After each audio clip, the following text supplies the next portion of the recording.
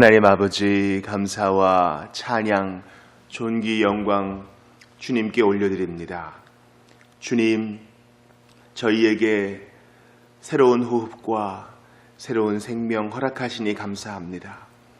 오늘도 주신 말씀 붙들고 주의 성령에 이끌려 살게 하시옵소서. 육체의 소욕을 절제하고 영의 소욕, 하나님 기뻐하시는 길만을 순종하기를 원하오니 오늘도 연약한 저희를 도와 주시옵소서. 매 순간 보호하여 주시사 하나님의 영광만 드러나기를 원하오니 연약한 죄인 왔나이다. 도우시고 붙드시며 말씀을 깨닫게 하시고 기도할 때에 더욱 가까이 하여 주시옵소서. 기도에 신실하게 응답하시며 오늘도 우리의 손을 붙잡아 주시는 예수님 이름으로 기도합니다. 아멘. 하나님 말씀 로마서 제3장 26절입니다.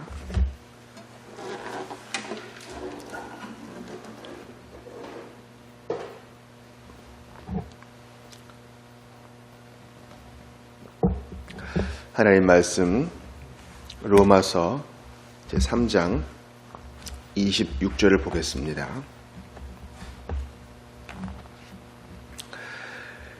이 예수를 하나님이 그의 피로써 믿음으로 말미암는 화목 제물로 세우셨으니 이는 하나님께서 길이 참으시는 중에 전에 지은 죄를 간구하심으로 자기의 의로우심을 나타내려 하심이니. 아멘.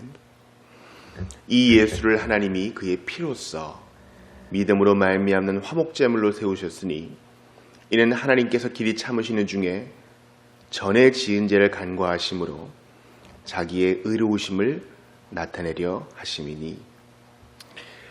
오늘은 로마서 강의 28번째 시간입니다. 특별히 어제는 25절에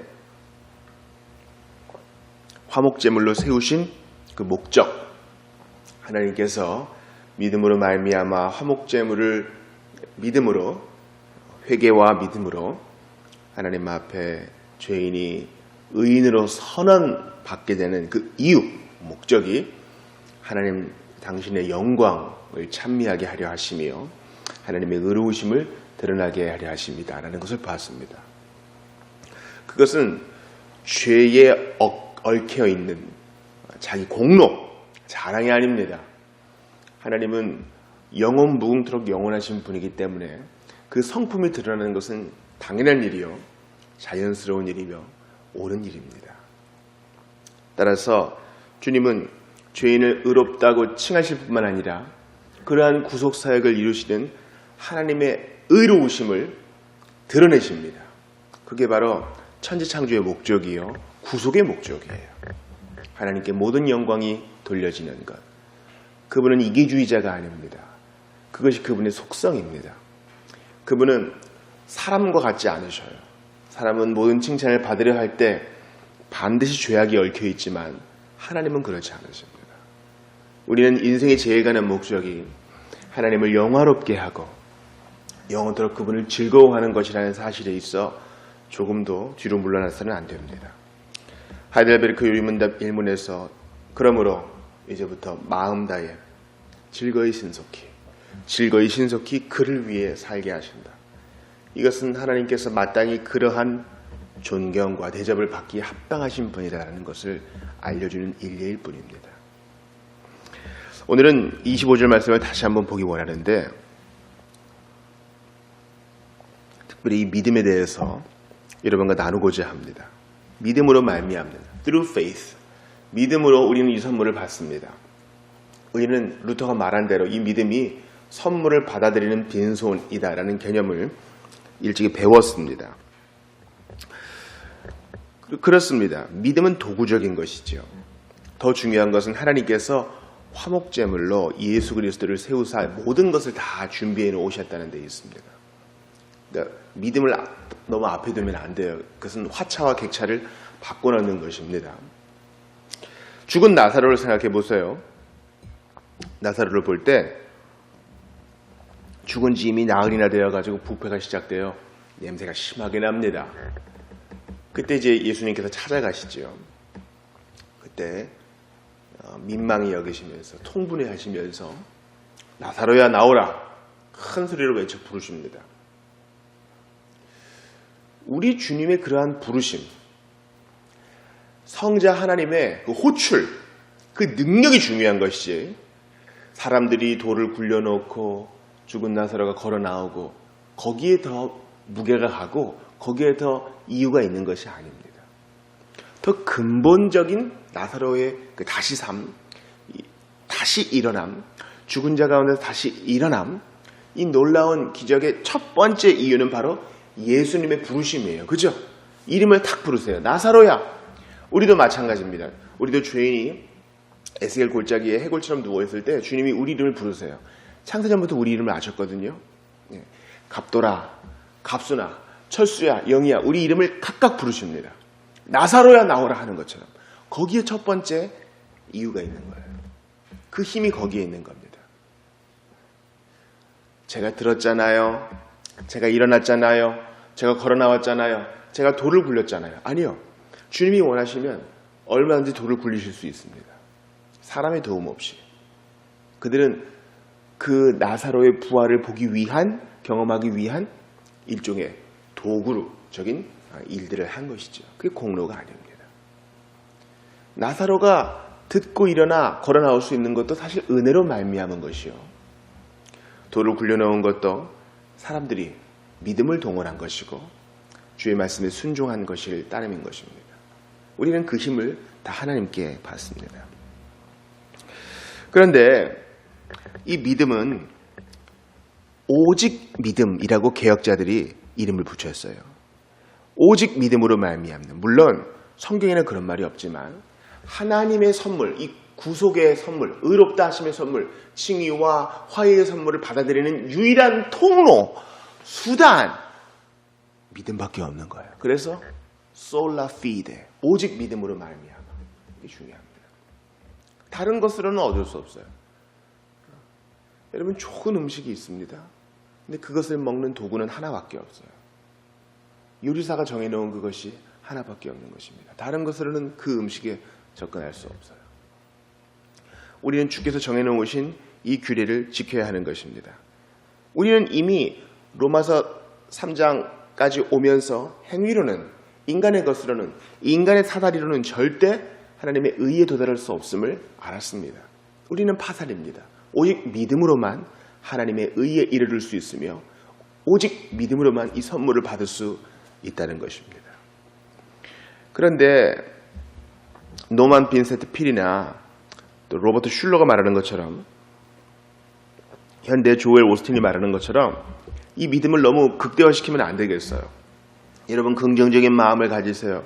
적극적인 자세를 가지세요. 이것은 세일즈에나 이용되는 것이지 주 예수 그리스도를 믿음으로 말미암는 구속에는 전혀 도움이 안 됩니다. 하나도 도움이 안 돼요. 그래서 로마서 1, 2, 3장의 논증의 순서대로 먼저 율법의 설교를 하고 하나님 말씀을 곧이곧대로 전하여서 죄인을 무력하게 하고 좌절시키고, 그래서 구세주가 필요합니다.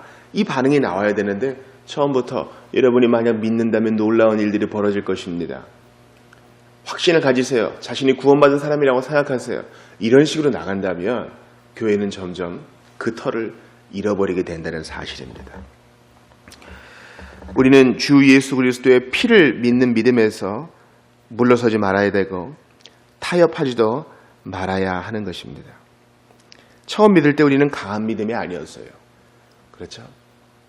처음에 확신으로 가득 찬 선택과 예정을 믿는 강한 믿음, 누구도 그런 믿음을 가지지 않아요. 부자에게 동전 한 잎을 구하는 거지의 빈손은요, 때가 꼬질꼬질하게 묻어있고 때가 너무 많이 쌓이면 이렇게 옷처럼 쌓이잖아요. 그렇게 때가 쌓여있고 까맣고 여러 오물의 냄새도 나고 초라합니다. 손톱은 안 깎은 지 오래되었고요. 그러나 받기 위해 내미는 자체가 중요한 것입니다. 초라하고 연약한 믿음이어도, 도마와 같은 믿음이어도 믿고 내어 밀면 주님이 반드시 복된 것으로 채워주는 것입니다. 이 도구에 큰 가치가 있는 것이 아니요, 하나님께서 주시는 이 선물의 가치가 있음을 알아야 된다는 것입니다. 우리가 이 믿음이 얼마나 복된지 하나님은 두려워 떠는 그 손에도 걱정하지 마라. 선물을 주마. 주님께서 친히 그 손을 잡아 구속의 선물, 칭의의 선물을 주신다는 사실입니다. 여러분, 이 믿음에는 지적인 요소, 또 정서적인 요소, 의지적인 요소가 있으며 우리는 요리문답으로 배웠어요. 또 이미 로마서 강해에서도 다룬 바가 있습니다. 지적인 요소는 무엇입니까? 바로 노찌찌야, 지식이죠. 반드시 내용이 있어야 돼요. 믿음은요, 그저 허공을 사로잡는 게 아닙니다. 분명한 지식이 있어야 돼요. 복음에 대한 지식, 율법에 대한 지식, 성경에 대한 지식, 정보를 전해줘야 거기에 빗대어서 자신을 돌아보게 되고 그리스도가 어떤 분인지 알게 되잖아요. 이사야 54장에 그 어린 양이 누군지 알아야 복음을 믿을 수 있습니다. 두 번째는 정서적인 요소입니다. 우리 heart, 마음이 움직여야 돼요. 이게 동의입니다. 사람은요, 이 heart, 이 정서에 가장 많은 조종을 받아요. 아무리 머리가 지식을 받았다 해도 이 마음이 움직이지 않으면, 정서, 이모션이 움직이지 않으면 절대로 우리는 움직이지 않습니다. 마음이 움직여야 동의를 해요. 끄덕끄덕 하는 것은 왜 그래요? 수긍이 되는 거예요.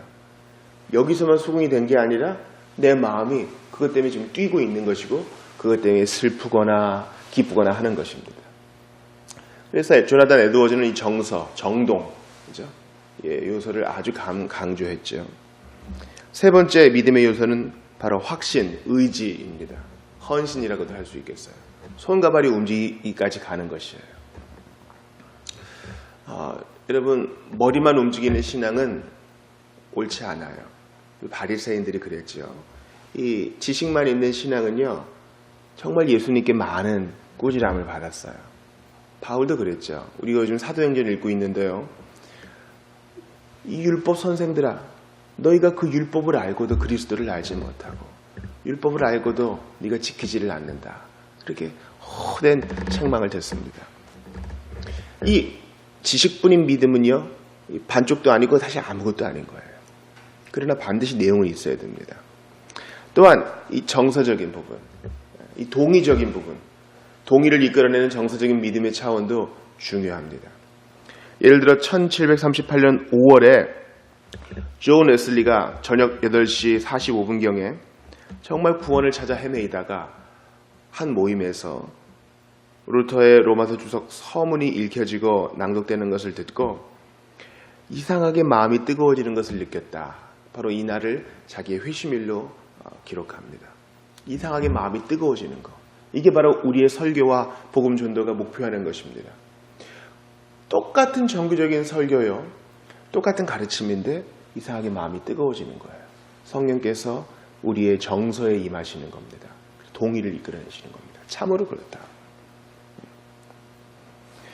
그러나 믿음에는 여기서 끝나서는 안 됩니다. 바로 의지적인 요소가 있어야 하는 것입니다. 그럼에도 불구하고 손과 발을 복종시키는 것. 여러분, 사도행전에서 바울을 막는 사람들이 얼마나 많아요. 가지 마세요. 예루살렘에 가면 결박이 기다립니다. 나도 안다. 그래도 갑니다. 주께서 말씀하신 것이 있기 때문에.